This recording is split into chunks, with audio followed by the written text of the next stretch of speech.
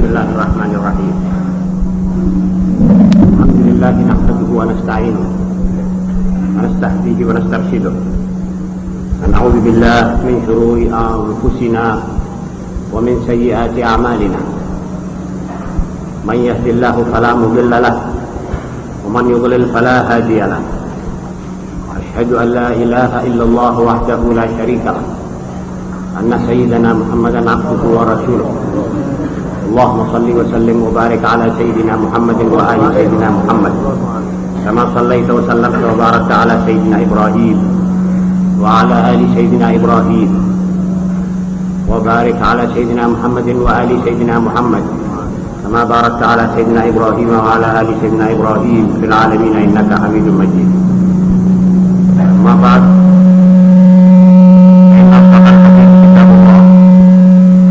الهدي هدي سيدنا محمد صلى الله عليه وآله وسلم أن شر الأمور محدثاتها وكل محدثة بدعة وكل بدعة ضلالة وكل ضلالة في النار. معاشر المسلمين رحمكم الله, السلام عليكم ورحمة الله وبركاته. Marilah kita bersama-sama mengucapkan salat dan salam kepada Rasul sebelum kita membaca diktat yang ada di tangan saudara yang berjudul doa atau dialog dengan Allah. Maka bagaimana yang saya janjikan bahwa pada majelis ini kita akan mendengar sebagian daripada akhlak Rasulullah sallallahu alaihi wasallam atau yang dikatakan syama'il, sebagaimana yang diriwayatkan oleh ahli-ahli hadis yang sahih tentang Rasulullah sallallahu alaihi wasallam. Kali ini yang membawa sifat Rasulullah sallallahu alaihi wasallam adalah Hindun ibnu Abi Hala, putra Sayyidatina Khadijah radhiyallahu taala anha, dari suami sebelum Rasulullah sallallahu alaihi wasallam. Jadi manusia ini merupakan khal atau umnya Sayyidina Al-Hasan dan Husain. Beliau berkata, Rasulullah sallallahu alaihi wasallam keprihatinannya itu sambung menyambung, tidak berhenti dari prihatin kepada prihatin yang lain, memprihatinkan itu, memprihatinkan ini. Dan begitulah seharusnya manusia mukmin dan muslim dari umatnya di setiap waktu dan setiap zaman.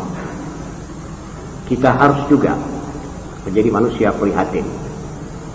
Artinya al-ihtimam. Beliau berkata dalam hadis yang bersabda dalam hadis yang sahih, "Man lam yahtamma bi amrin muslimina falaysa minhum." Barang siapa tidak mengindahkan, tidak memprihatinkan ihwal kaum muslimin, maka dia bukan dari golongan itu.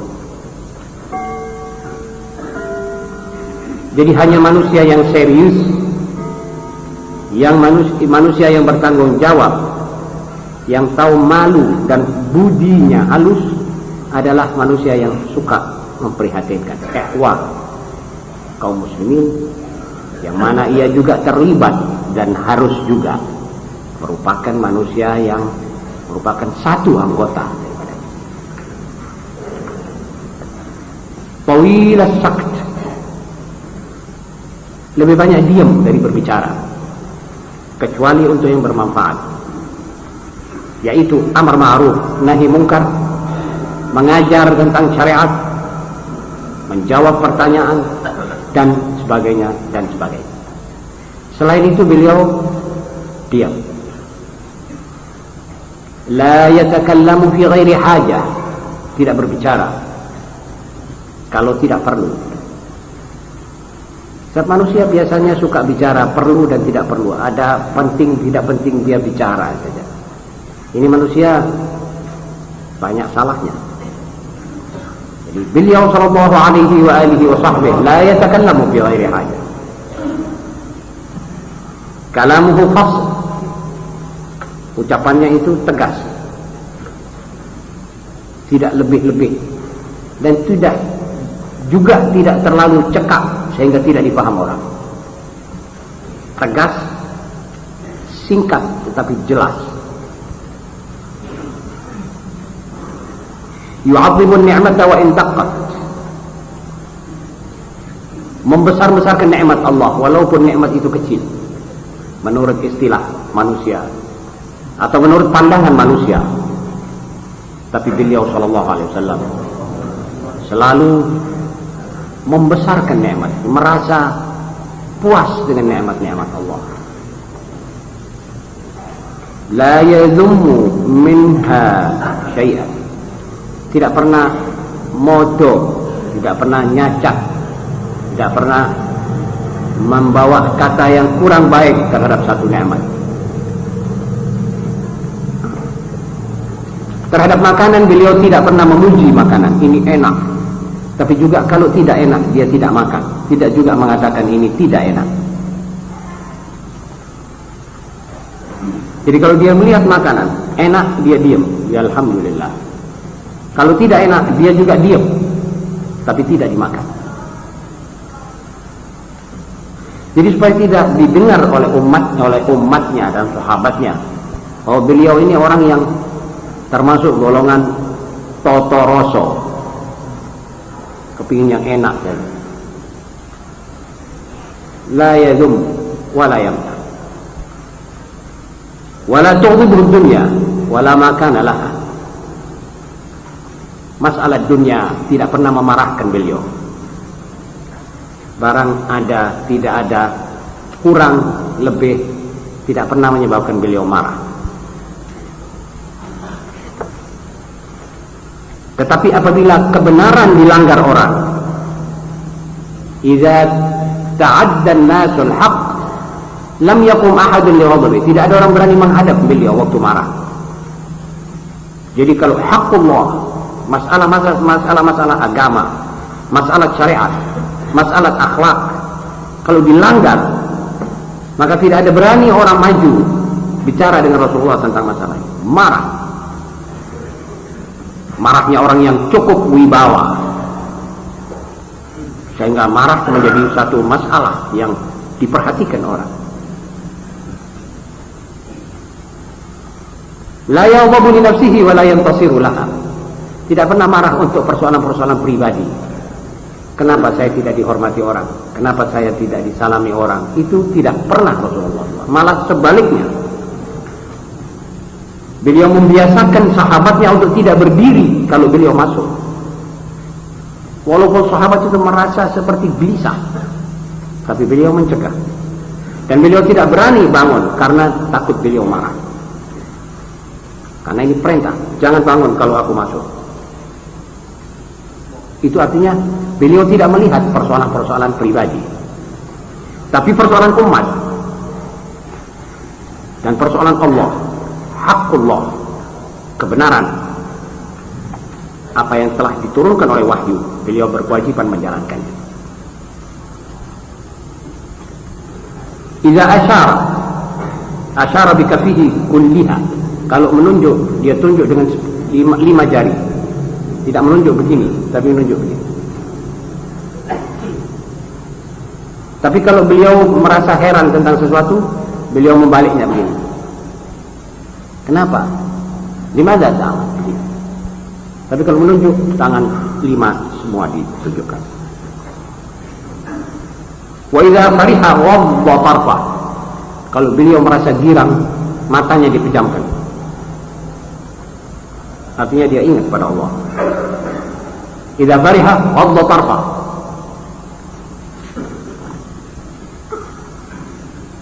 Lam yakun fahishan wala mutafahishan. Orang yang tidak pernah mengeluarkan kata-kata yang tidak sopan, walaupun bersifat menasihati orang dengan agak keras, kata-katanya tetap teratur. Dan memang begitu seharusnya guru, karena dia diteladani orang. Tidak boleh guru menasehati pakai maki-maki atau mengeluarkan kata-kata yang menikam perasaan orang. Jadi perasaan tidak disinggung, tapi kesalahan dituding. Kamu salah, kamu istighfar, tanpa dikatakan kamu ini orang bahlul, kamu tidak boleh melukai perasaan. Fakana lam yakun sahabat, lam yakun fahasyan. Juga tidak berteriak-teriak kalau ngomong, sebagaimana yang sudah kita. Wala yajzi sayyi'ata bis-sayyi'ah, walakin ya'fu wa yasfah. Beliau tidak pernah membalas kejahatan dengan kejahatan, tetapi lebih banyak beliau memberi maaf dan memberi ampun. Tidak pernah memukul orang. Dalam keadaan di luar perang, beliau tidak pernah menggunakan tangan untuk memukul.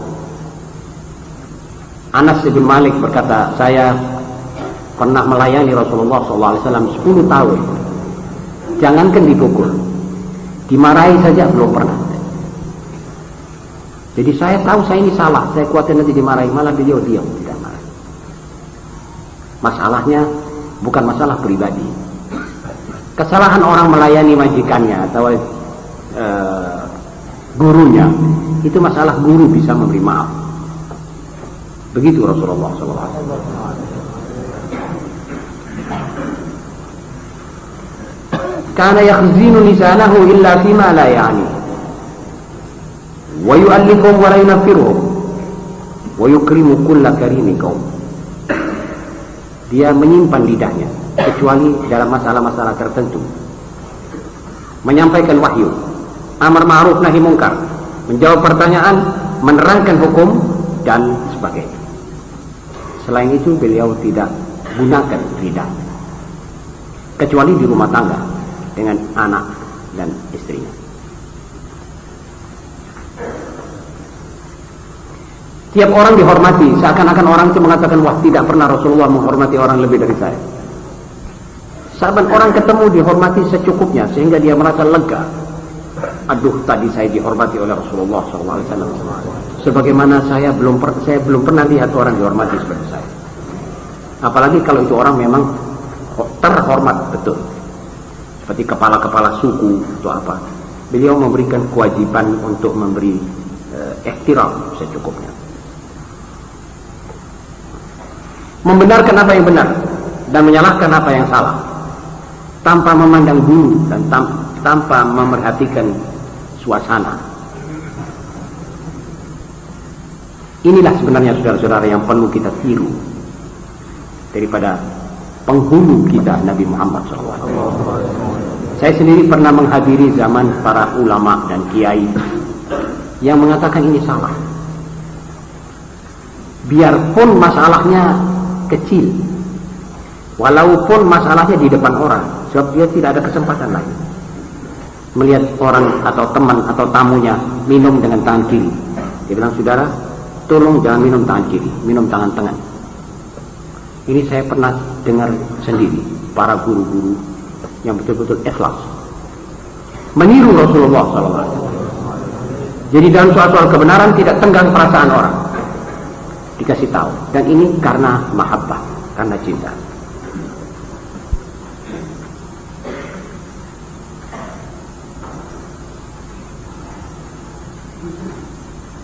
Orang yang dianggap sama dia mulia adalah orang yang paling banyak berjasa dalam agama. Akramakum indallah, inna akramakum indallahi atqakum. Jadi yang banyak ilmunya, yang banyak takwanya, yang dia lihat banyak jasanya, itu yang dihormati, yang dianggap dia orang penting di samping Rasulullah. Karenanya yang duduk di samping Rasulullah SAW biasanya pembesar-pembesar sahabat, Abu Bakar, Umar, Utsman, Ali, Abdurrahman bin Auf, Abdullah bin Mas'ud dan sebagainya. Bukan karena mereka ini orang bangsawan, tidak, tapi masalahnya karena mereka banyak jasa, banyak andil, banyak saham dalam perjuangan menegakkan kebenaran bersama beliau sallallahu alaihi wasallam.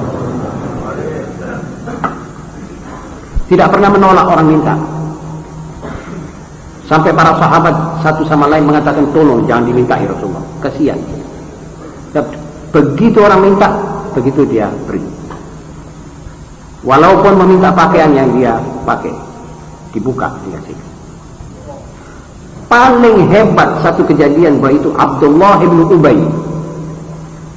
Abdullah ibn Ubay itu adalah kepala kaum munafikin yang siang malam kerjanya tidak ada lain kecuali ganyang Rasulullah SAW. Tidak ada kerja lain, khusus menghadapi Rasulullah SAW dan perjuangannya dan agamanya dan sahabatnya dan segala-galanya. Waktu akan meninggal, datang putranya Abdullah ibnu Abdullah ibnu Ubay, putra Muslim. Jadi itu manusia munafik itu melahirkan seorang Muslim, sahabat. Datang pada Rasulullah SAW, mengatakan, ya Rasulullah, ayah saya ini nazak, sedang dalam keadaan sekarat, cerit-cerit, tolong kasihkan jubahmu ini supaya dia agak dapat barokah dan merupakan semacam pengampunan. Rasulullah SAW tidak pandang kanan, tidak pandang kiri, dibuka, kasihkan. Kembali lagi Rasulullah mati, tolong ente sembayangi. Ini orang sebetulnya bukan Muslim, ini kafir, cuma munafik, artinya menampakkan Islam, menyembunyikan kufur. Itu namanya munafik. Ini kepala kaum munafik. Rasulullah SAW sudah hampir berdiri di muka jenazah sholat. Turun ayat, wala tusalli ala ahadin minhum mata abadan, wala taqum ala qabri. Coba tidak ada ayat ini, dia sholat. Jadi dia tidak mendendam. Begitu orang minta, dia beri. Kesempatan untuk memberi itu tidak dibatasi. Sedang beliau sendiri tidak pernah minta. Keluarganya itu tidak sebagai keluarga-keluarga maharaja-maharaja di mana-mana. Keluarganya renas, makmur, kaya raya. Ini sebaliknya. Keluarganya malah dibatasi sekali. Pernah ada satu peperangan Rasulullah SAW menang. Ada banyak orang yang ditawan. Ini namanya tawanan perang. Sayyidatina Fatimah, anaknya yang paling disayangi. Ya abati, saya ini giling gandum untuk Hasan dan Husain, tangan saya ini sakit, capek. Tolong berikan salah satu dari tawanan perang itu untuk bekerja pada saya dengan makannya. Apa jawab Rasulullah SAW? Jangan, saya akan berikan kepadamu sesuatu yang lebih penting dari itu. Apa ya Rasulullah? Kalau mau tidur, bacalah subhanallah 33 kali, alhamdulillah 33 kali, Allahu Akbar 34 kali. Itu lebih baik daripada itu manusia yang saya akan taruh di rumahmu itu. Sebab itu bisa kita tebuskan, dan duitnya saya mau kasih ahli suffah, sahabat-sahabatku yang miskin-miskin di masjid itu. Ini anaknya. Dan butuh betul, bukan butuh karena manja atau karena kedudukan ayahnya dia mesti mempergunakan pedinda atau pelayan. Tidak, memang butuh betul, gak kuat.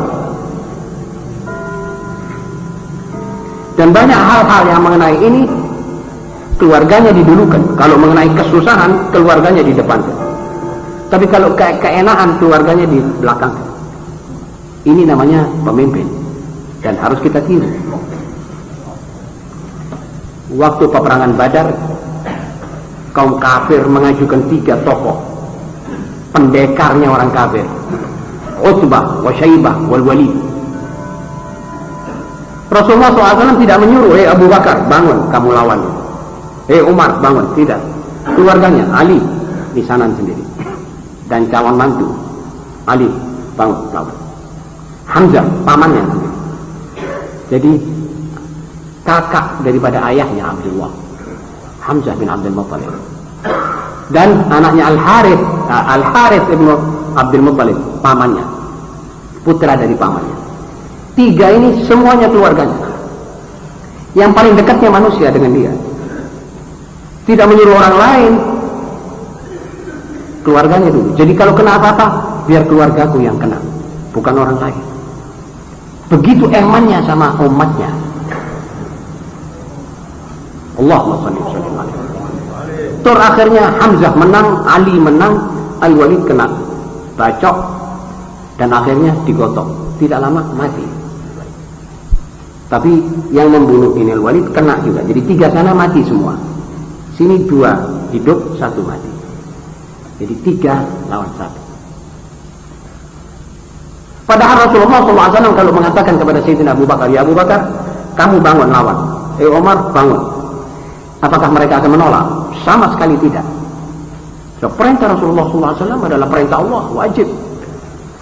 Ma'atakumur rasul fakhudhu. Tapi tidak. Kalau masalah tulus, umat dikumpulkan, ayo siapa yang minta? Saya ada uang banyak. Pernah ditunjukkan 75.000 dirham. Dibeberkan kelosok oleh Anas bin Malik, ditumpuk di situ. Diberikan sampai habis. Datang satu orang Badui, minta dengan paksa, ya Rasulullah, berilah saya apa? Dia bilang, itu kambing. Kamu lihat itu kambing di sebelah gunung itu, berapa ratus kambing, bukan 1-2 ekor, ratusan kambing. Itu kambing ambilan, itu kambingmu. Kaget. Jadi Rasulullah SAW sesudah bilang begitu, dia itu Badui, giring itu kambing pergi kampungnya pada kaum-kaum Arab sambil mengatakan, saya ketemu dengan satu manusia, itulah pantas menjadi manusianya manusia, itu Nabi akhir zaman. Dia memberi pemberian seakan-akan dia tidak takut miskin. Yu'ti ata'a man la yakhshal faqa. Begitu sifatnya Badui ini kepada Rasulullah SAW. Saudara-saudara, banyak lagi. Nanti insya Allah saya akan perinci sebagaimana yang mengenai fisik dalam satu diktat khas sesudah ini. Jadi saya cukupkan sampai demikian saja. Sebab sifat-sifat Rasulullah SAW penting sekali yang perlu kita teladani. Pada majelis yang lalu itu sifat fisiknya. Sebab saya katakan bahwa semua manusia bisa bertemu dengan Rasulullah SAW. Temu hatinya, temu rohnya, atau temu akalnya, atau temu pandangan mata. Jadi kalau fisiknya digambarkan, maka akan tergambar manusia bagus sekali. Dan semua orang di dunia suka bagus. Siapa yang tidak suka keindahan? Makanya Nabi Muhammad SAW dijadikan indah. Wajahnya indah, tapi juga kelakuannya tidak kalah indah. Inilah dia sebagian yang bisa kita tiru kelakuannya. Betul saudara-saudara? Kalau wajahnya sudah terang, masing-masing sudah diberi oleh Allah Subhanahu wa taala masing-masing wajah yang sudah pantas dengan dia. Wa amma kelakuannya, itulah yang wajib kita tiru. Sebagaimana yang saya sebut dan yang banyak sekali masih belum tersebut. Inilah inti daripada maulud sebagai sambungan yang lalu. Sekarang marilah kita mulai membaca diktat yang ada di tangan saudara-saudara. Diktat ini saya beri judul Dialog dengan Allah. Artinya bercakap-cakap dengan Allah, tapi isinya doa, permohonan. Adakah satu manusia, adakah manusia bisa luput daripada kewajiban memohon daripada Allah? Adakah makhluk yang lebih pantas mohon kepada Allah daripada kita? Kita wajib memohon kepada Allah. Inilah permohonan-permohonan yang mesti kita renungkan bersama. Sebab permohonan manusia itu menunjukkan siapa karakter manusia itu. Nanti satu waktu saya akan bacakan ini doa-doa Nabi SAW, di mana kita bisa ketahui itu jiwanya manusia. Setidak-tidaknya dia mendoa untuk umatnya membaca doanya itu. Mungkin bukan untuk dirinya sendiri. Kalau dia bilang Rabbighfirli, dia orang sudah diampuni dosanya. Mestinya tidak perlu dia baca itu, tapi tidak, dia baca juga. supaya kita tiru. Dan kalau kita tiru, kitalah yang untung. Mari kita mulai membaca. 1. Ya Allah, bantulah kami dalam mengetengahkan kalimat hak di hadapan orang-orang yang melakukan kesalahan. Hindarkanlah kami dari ucapan-ucapan palsu yang hanya sekedar ingin mendapat tepuan tangan kaum yang lemah atau pujian orang-orang yang tak berpengetahuan. Saudara-saudara, kalimat hak ini adalah prinsip. Pertama, kalimat hak itu adalah beresensi atau bersimpul di dalam la ilaha illallah atau asyhadu an la ilaha illallah wa asyhadu anna muhammadar rasulullah. Ini kedua kalimat hak. Alaiha nahya wa alaiha nujahid wa alaiha namut wa alaiha nub'atsu insyaallah minal aminin. Ini kalimat hak. Dari kalimat ini terpencarlah kebenaran-kebenaran yang lain yang bisa diutarakan karena bisa diungkap. Segala yang bisa diungkap bisa kita utarakan, dan ini wajib kita ketengahkan.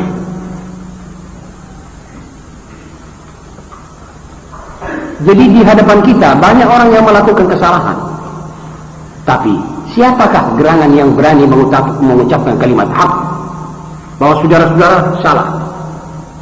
Ini jarang. Kita minta, kita dihitung oleh Allah daripada yang jarang itu, yang mengetengahkan kalimat hak. Tidak gampang itu kalimat hak diketengahkan orang. Dan hindarkanlah kami ya Allah dari ucapan-ucapan palsu. Ada orang yang berbuat-buat kata, dia mengucapkan kalimat seakan-akan kalimatnya itu menggeledak, hebat, tapi palsu, tidak terbit dari hatinya, karena dia senang mendapat tepukan tangan orang ramai dan sangat senang mendapat pujian manusia-manusia yang lain, atau pujian orang-orang yang tidak berpengetahuan. Massa, rakyat itu biasanya tidak semuanya berpengetahuan. Jadi kita minta daripada Allah supaya kalimat yang kita ketengahkan ini bersih daripada unek-unek kita untuk minta dipuji atau untuk minta ditepui tangan. Yang kedua, ya Allah, berilah kami kekuatan batin untuk mengatakan tidak terhadap kebatilan, dan berilah kami kecerdasan pikiran sehingga kami mengetahui saat-saat yang tepat untuk mengatakannya, dan berilah kami petunjuk bagaimana cara mengetengahkannya. Jadi ini sekarang ada kesalahan, lalu ada kekuatan batin untuk menanggapi kesalahan.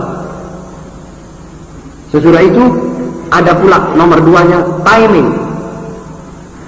Ada kalanya kita katakan kepada yang salah, engkau salah, tidak cocok timingnya, malah berbalik, kitalah yang cilaka. Jadi mengatakan salah itu ada timing. Jadi inilah yang dimaksud dari rahasia ayat-ayat di dalam surat Al-Kafirun. Qul, katakan ayuhai Muhammad, ya ayyuhal kafirun la a'budu ma ta'budu wala antum 'abiduna ma a'budu wala ana 'abidun ma 'abadtum wala antum 'abiduna ma a'budu lakum dinukum waliya din. Jadi inilah garis pemisah yang harus dikatakan oleh seorang muslim kepada yang tidak benar, kepada kafir, kepada penyembah-penyembah tauhid, dikatakan tidak. Dan bukan mudah orang mengatakan tidak kalau dia tidak ada kekuatan batin. Sebiasanya penyembah tauhid rendah, kadang-kadang dia itu makmur segala-galanya, lahiriah, tapi batiniyah sumpah. Makanya mesti ada kekuatan batin untuk nyonggo kemelaratan, tetapi di atas hak, daripada kekayaan tetapi atas batin. Ini kekuatan batin yang kita minta. Sesudah kekuatan batin kita tahu timing, waktu, dan yang ketiga cara.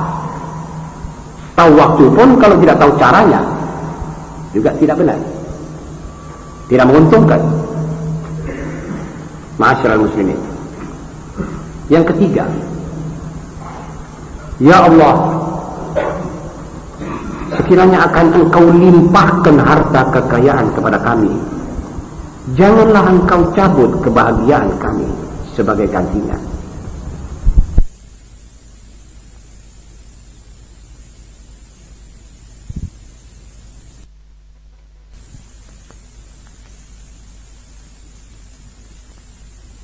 Benda yang berlimpah ruah, tetapi kita tidak bahagia, itu tidak mau, kita tidak maukan itu, dan tidak ada seorang pun yang menginginkan itu.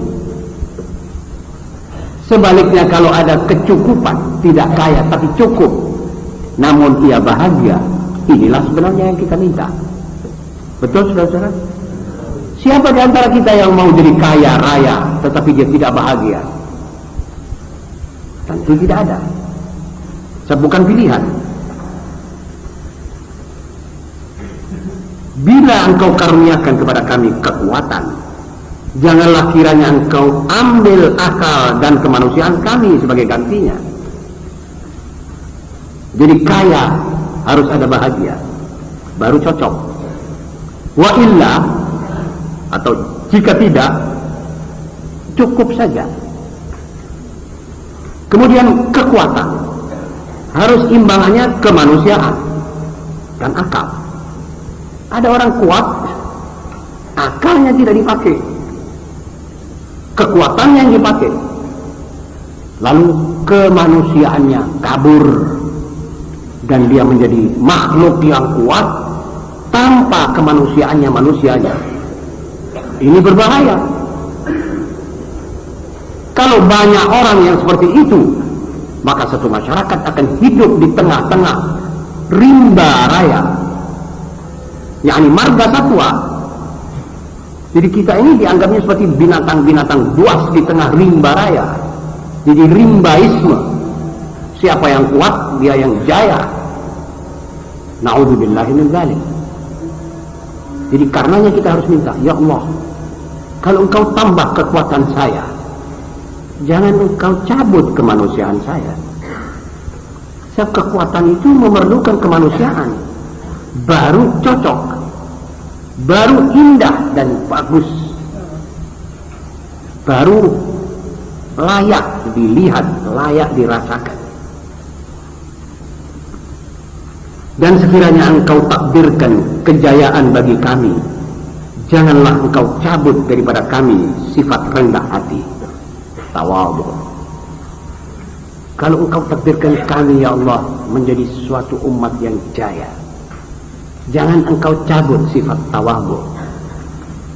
Ada orang jaya lupa daratan, dan berapa banyak manusia yang merasa menang atau berhasil dalam sesuatu, tiba-tiba dia membusungkan dadanya berkata aku dan aku. Sifat tawadhu'nya sudah dicabut oleh Allah.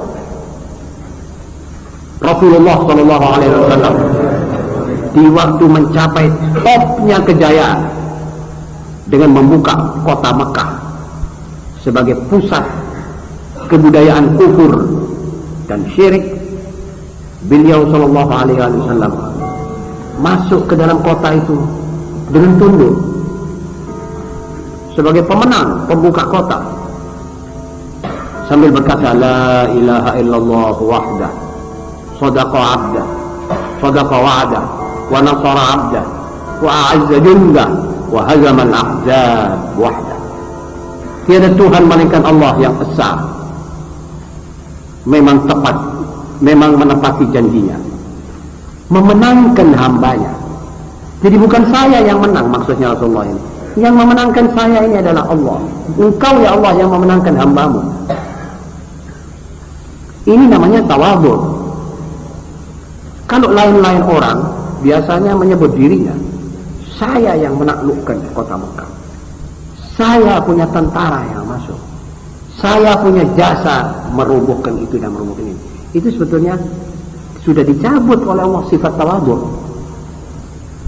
Dan manusia kalau tidak ada tawadhu akan muncul kekuatan dan kejayaannya saja. Orang lain melihat ini tidak simpati. Apa artinya tidak simpati?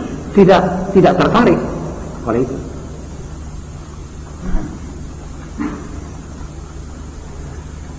Yang keempat, ya Allah, bantulah kami agar dapat melihat segi-segi yang tersirat di balik suatu kejadian.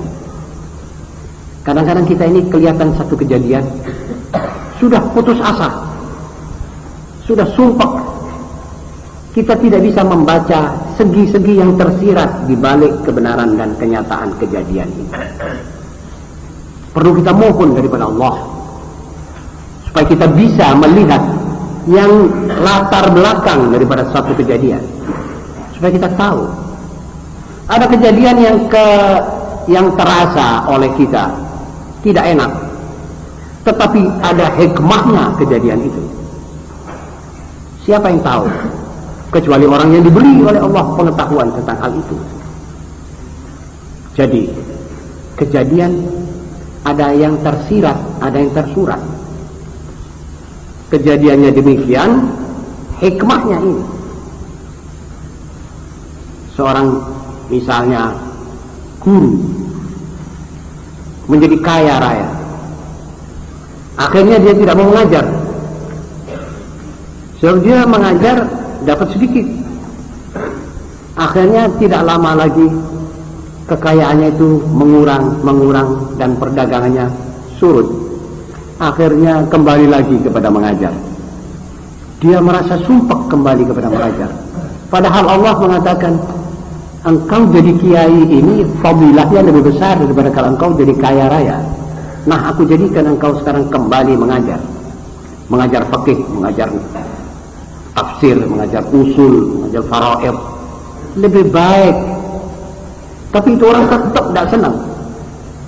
Sebetulnya dia cuma melihat apa yang tersurat, tidak melihat yang tersirat dari kejadian dia surut ini. Sebetulnya dia mesti bersyukur. Kalau ahli tasawuf, syukur, ya Allah, kembalilah saya mengajar lagi, saya mendapat pahala insyaallah, terimalah amalku. Janganlah engkau biarkan kami menuduh lawan kami dengan tuduhan kosong semata-mata karena mereka berselisih paham dengan kami. Ini juga perlu kita mintakan daripada Allah, kita mohonkan. Ada kalanya karena saya bermusuhan dengan orang, saya lontarkan kata tuduh, menuduh dan hamun maki karena dia lawan. Tidak ada sebab lain, tidak karena betul-betul barang terjadi, tapi saya tuduh supaya lawan saya jatuh. Ini tidak baik. Ini perlu kita mohon daripada Allah untuk kita dijauhkan daripada itu. Umumnya di dunia ini, apalagi kalau kita melihat lawan kita ini sedang lemah, diganyang betul macam-macam tuduhan. Macam-macam tuduhan bisa dituduhkan kepada orang yang lemah, yang tidak berdaya. Dan tetap berlaku karena yang kuat merasa itu tuduhan sudah bisa dimakan oleh akal dan pikiran manusia. Ini jangan kita lakukan. Sebab kita sebagai hamba Allah adalah tetap merupakan makhluk yang dhaif, yang kita tuduh dengan palsu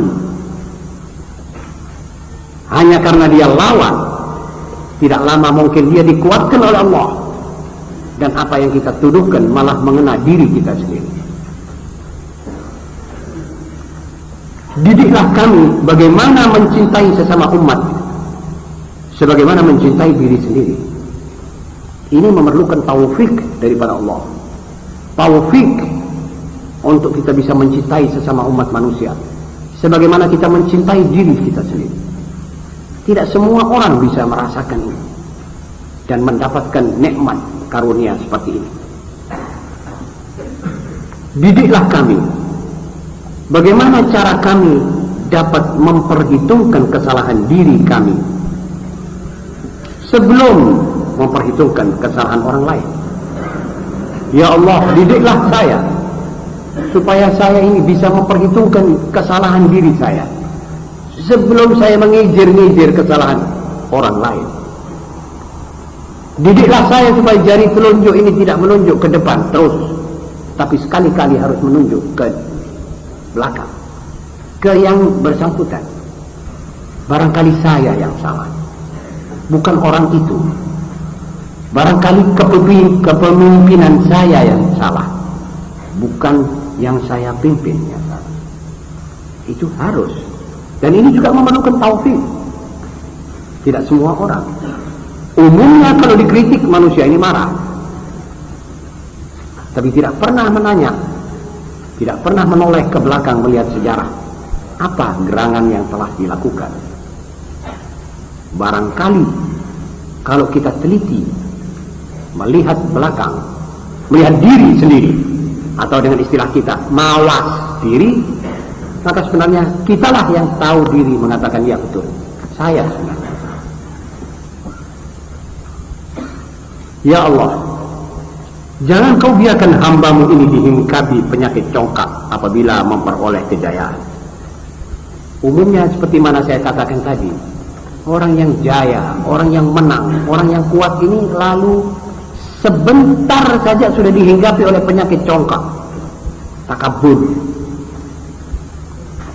Kita harus mohon daripada Allah supaya kita tidak dihinggapi penyakit congkak apabila kita mendapat kejayaan. Sebab kejayaan itu datangnya daripada Allah, bukan daripada usaha diri sendiri, tapi Allah yang menjayakan kita. Dan sifat takabur adalah sifat Allah, bukan sifat manusia. Kalau kita takabur, maka keadaannya sudah terbalik, dan tidak lama kita mesti surut dan hancur. Sebaliknya, jangan kau biarkan kami dilamun oleh sifat putus asa ketika menghadapi kegagalan. Ini juga penting. Jadi jangan takabur kalau congkak, kalau menang atau kalau jaya, dan jangan putus asa kalau gagal. Ini dua sifat harus dimiliki oleh kaum mukminin dan mukminat. Di rumah tangga apabila belum berhasil sesuatu, jangan putus asa. Kalau gagal, jangan putus asa. Tapi kalau berhasil, jangan menepuk dada berkata aku dan aku. Inilah sifat Rasulullah SAW yang perlu kita ambil over, kita warisi di saat seperti ini. Sedarkanlah kami bahwa kegagalan itu selalu mendahului tibanya kejayaan. Ini sebetulnya Allah Subhanahu wa taala dalam Al-Qur'an tidak sia-sia menyebut dalam firman-Nya di surat Al-Nasrah,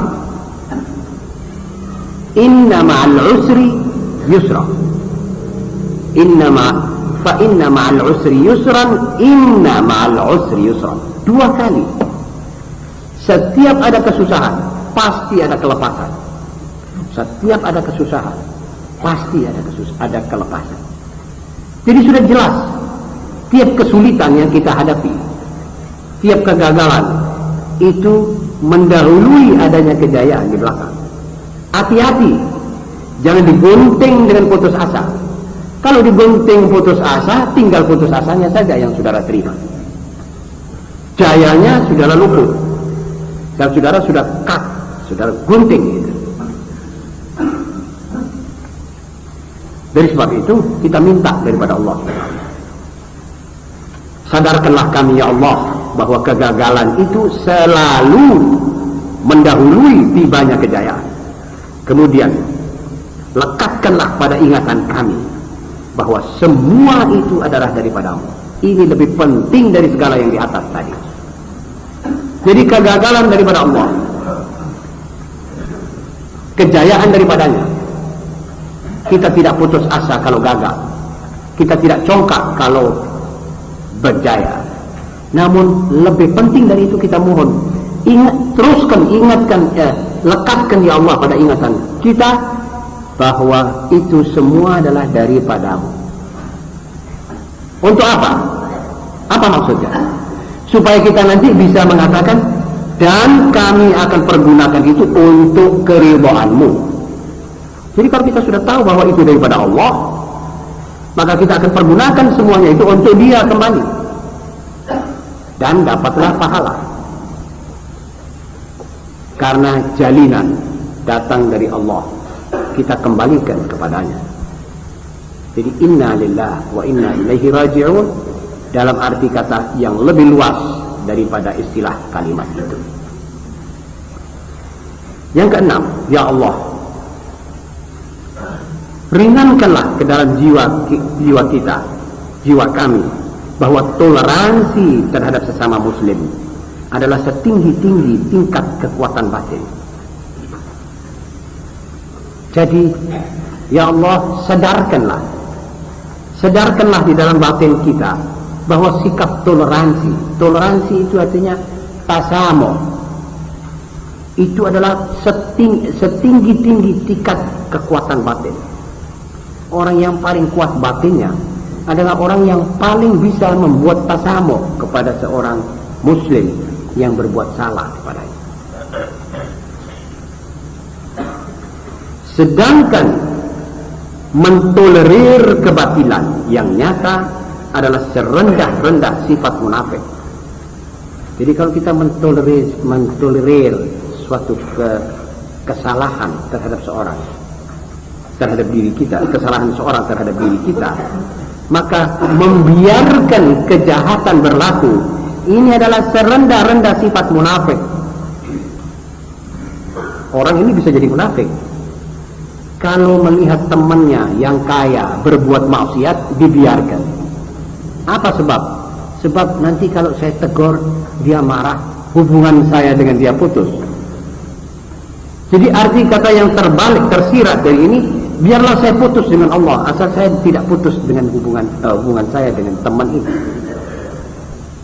Walaupun itu tidak dinyatakan demikian, tapi nyatanya hasil jabarnya ini begitu.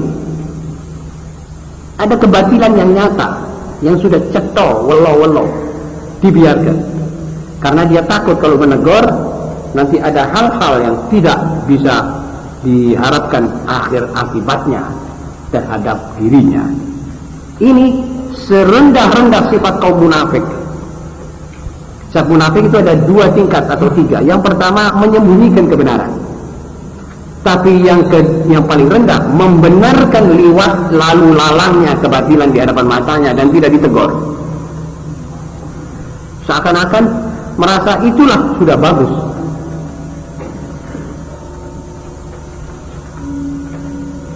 Hindarkanlah kami daripadanya, dan hindarkanlah kami daripada sifat membalas dendam.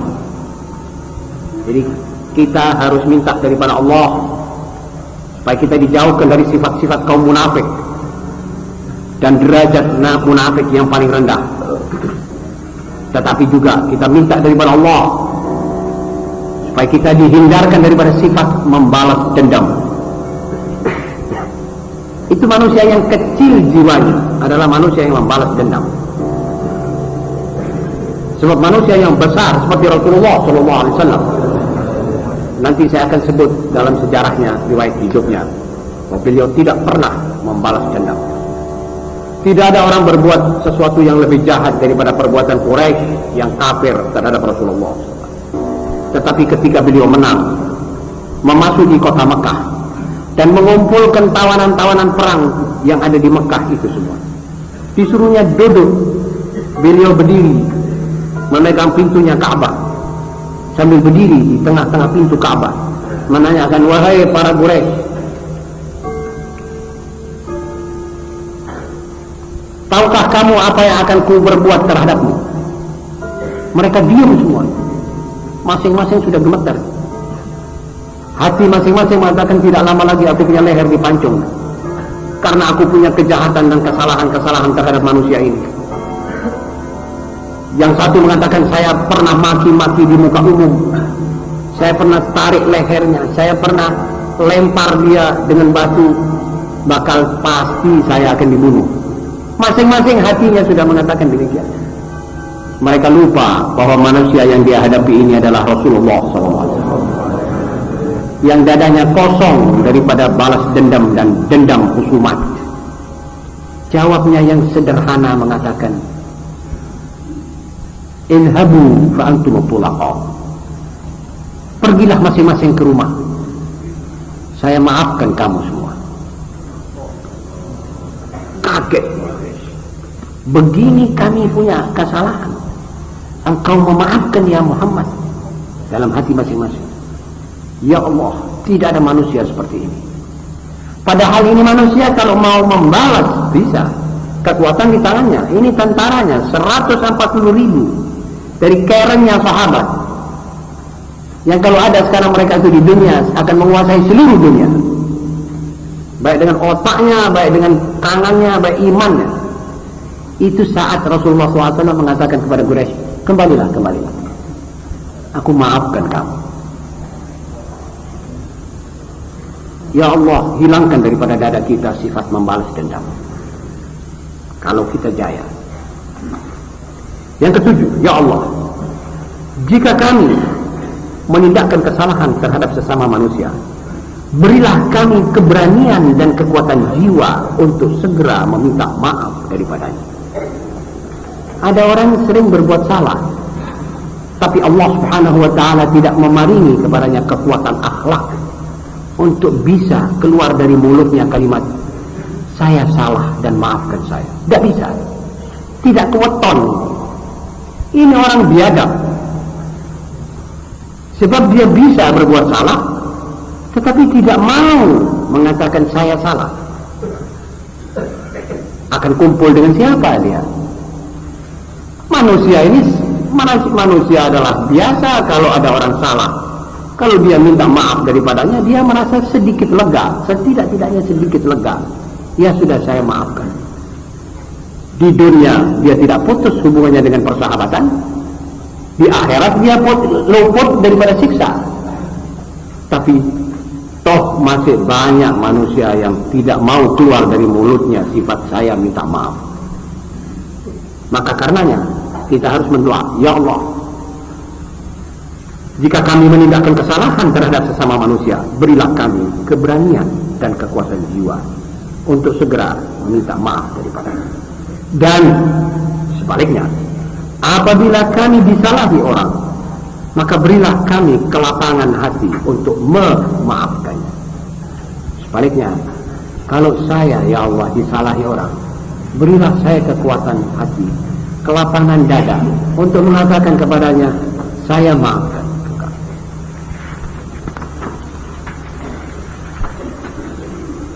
Yang kedelapan, ya Allah, apabila akan kau lemahkan ingatan kami, maka biarkanlah kami lupakan semua kesalahan orang lain dan tinggalkan dalam ingatan kami kebaikan-kebaikan mereka. Barangkali Allah Subhanahu wa ta'ala satu waktu menjadikan kami lemah ingatan, atau dikatakan pikun. Ya Allah, pikunkan kami terhadap kesalahan orang terhadap saya, tapi kebaikan orang jangan kau lupakan, jangan kau cabut dari ingatan kami kebaikan orang. Sebab kalau kita ingat kebaikan orang, kita ada ingatan pula akan membalas budi, ada ingatan pula akan berbuat sesuatu yang sifatnya itu ma'ruf. Tapi kalau kita lupa kebaikan orang, wal'iyadu billah min zalik, kita tidak akan bisa berbuat, dan tidak akan ada niat yang timbul untuk berbuat baik. Ya Allah, jika kami kehilangan teman seiring, maka berilah kami kekuatan budi untuk dapat merangkulnya kembali menjadi teman yang lebih akrab dari semula. Satu waktu, saudara-saudara, kita kehilangan teman karena perselisihan paham. Kita bisa kehilangan teman, tapi marilah kita mendoa supaya Allah bisa memberikan kepada kita kekuatan untuk merangkul dia kembali sebagai teman akrab lebih dari yang dulu. Artinya, kita bisa salah kepada orang sampai orang itu purik atau merajuk terhadap kita. Tapi kita toh masih bisa minta daripada Allah bahwa kita diberi kekuatan. Apakah daya rohani atau daya omong yang baik sehingga dia kembali lagi menjadi sahabat. Kita kembali. Ya Allah, janganlah kiranya kau jadikan kami sebagai jagal yang selalu membantai ternak. Dan jangan pula kami dijadikan sebagai ternak yang dibantai orang. Ini manusia ini ada kalanya menjadi penjagal dan yang dijagal. Dua-duanya kita tidak maukan itu. Qal wan nasu mundu ta'arafu sinfan maghdurun wa ghadir. Manusia sejak mereka berkenalan ada dua macam, penjagal dan yang dijagal. Tapi kita harus minta daripada Allah, jangan kita dijadikan sebagai orang yang menjagal manusia, sebagai tukang jagal ternak, menyembelih ternaknya. Namun kita juga minta supaya kita tidak dijagal orang. So, apa artinya kita tidak menjagal orang tapi orang menjagal kita? Betul, saudara? Jangan kita menjadi tukang jagal, yakni manusia yang hati kejam. Tapi juga jangan mau dikejami orang. Artinya kita tidak juga senang dikejami orang. Kita mohon supaya kita menjadi orang baik dan yang membaiki orang dan dibaiki orang. Ya Allah, bila mana kami sakit, janganlah kami dijadikan beban bagi orang-orang yang kami kasihi. Dan apabila kesehatan kami Engkau cabut, maka tinggalkanlah pada kami nikmat iman kepadamu. Ma'asyiral muslimin, ini sakit memang tidak enak dirasakan. Dan yang lebih tidak enak merasakan itu adalah orang yang sakit. Merasakan sakit dan merasakan pula bahwa dia membebani orang yang dikasihi. Misalnya membebani anak-anak untuk menjaga dia siang dan malam. Kasihan anak-anak, kalau mereka sampai tidak kuat, mereka dapat dosa.